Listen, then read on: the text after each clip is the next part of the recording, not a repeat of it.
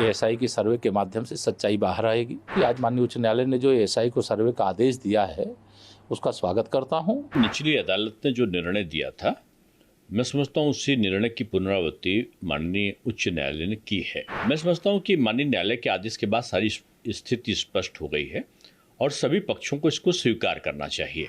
ASI की सर्वे के माध्यम से सच्चाई बाहर आएगी और ज्ञानव्यापी का जो विवाद है, श्री राम जन्मभूमि विवाद की तरह इसका भी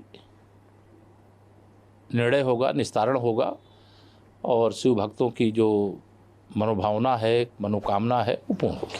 सर कहा जा रहा है सर एएसआई सर्वेक्षण के बाद सत्य की जीत होगी, सर इसको किस तरह? नहीं, मैं बस इतना ही कह रहा हूँ कि आज माननीय उच्च न्यायालय ने जो एएसआई को सर्वे का आदेश दिया है उसका स्वागत करता हूँ और मुझे पूरा विश्वास है कि सर्वे के माध्यम से जो मुगल आक्रमणकारियों ने मंदिर का विध्वंस किया था और उसको छिपाया गया था, वो सच बाहर आएगा। बाकी अभी मामला न्यायालय के समक्ष विचाराधीन है और जो भी निर्णय आएगा, जब भी आएगा, उसका हम स्वागत करेंगे। निचली अदालत ने जो निर्णय दिया था, मैं समझता हूं उसी निर्णय की पुनरावृत्ति माननीय उच्च न्यायालय ने की है।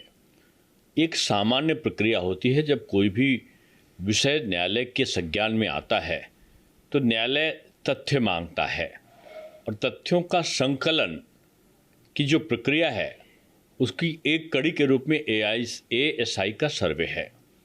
और एएसआई के सर्वे में ये बात स्पष्ट कर दी गई है कि निर्माण के संबंध में किसी प्रकार की छेड़छाड़ नहीं है, किसी प्रकार की तोड़फोड़ नहीं है, किसी प्रकार के स्वरूप का परिवर्तन नहीं है।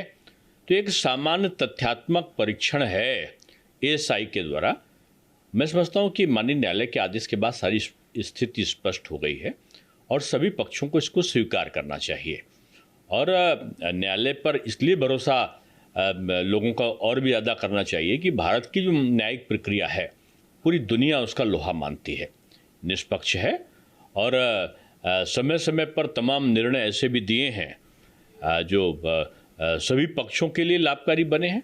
तो मैं समझता हूँ कि आज का निर्णय स्वागत योग्य है और सभी पक्षों को बगैर किसी भेदभाव के इसे एक कोई निर्णय ना मानता हुआ कि इसके बारे में कोई निर्णय हुआ है, एएसआई का निर्णय है, उसको तथ्य को संकलन करने दीजिए और तथ्य के संकलन के बाद जो प्रक्रिया होगी उसके लिए तो न्यायालय के रास्ते खुले ही है। सभी को ये अधिकार, यही हमारे लोकतंत्र की खूबसूरती है कि सभी पक्षों को अपनी बात रखने का अधिकार है और उसके लिए निचली अदालत, न्यायालय, उच्च न्यायालय और सुप्रीम कोर्ट मौजूद है। तो मैं समझता हूँ कि अगर कोई जाता है तो ये उसका अधिकार है, लेकिन इस विषय को अगर सब आपसी सौहार्द के द्वारा इसको निस्तारित कराएं तो मैं समझता हूँ कि एक अच्छा जो पहल है वो किसी भी तरफ से आती है तो उसका रास्ता ज़्यादा अच्छा है।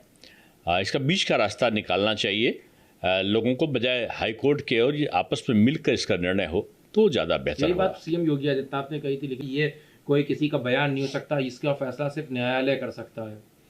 नहीं, जिसको न्यायालय को मानना है वो न्यायालय को माने, लेकिन एक राजनेता के रूप में, एक अधिकृत संवैधानिक पद के धारित करने वाले व्यक्ति के रूप में उनका जो बयान है वो काफ़ी संतुलित है और सभी पक्षों के लिए राहत वाला है कि लोग आगे आके इसके बारे में वार्ता करें।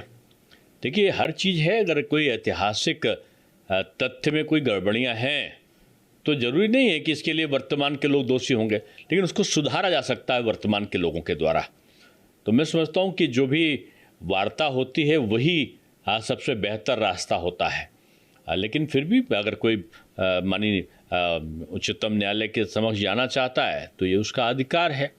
लेकिन आज का जो न्यायालय का आदेश है वो बैलेंस्ड है, वो एक संतुलित निर्णय है और इस निर्णय से किसी की भी भावनाएं आहत नहीं होने वाली हैं और न ही किसी को घबराने की ज़रूरत है। एएसआई ने भी स्पष्ट कर दिया है कि वो किसी प्रकार की छेड़छाड़ या किसी प्रकार के निर्माण में बाधा या निर्माण कार्य को करने की कोई कार्रवाई नहीं करेगा। तो मैं समझता हूँ कि आज का जो दिन है माननीय उच्च न्यायालय के निर्णय का, वो काफ़ी राहत देने वाला भी है और काफ़ी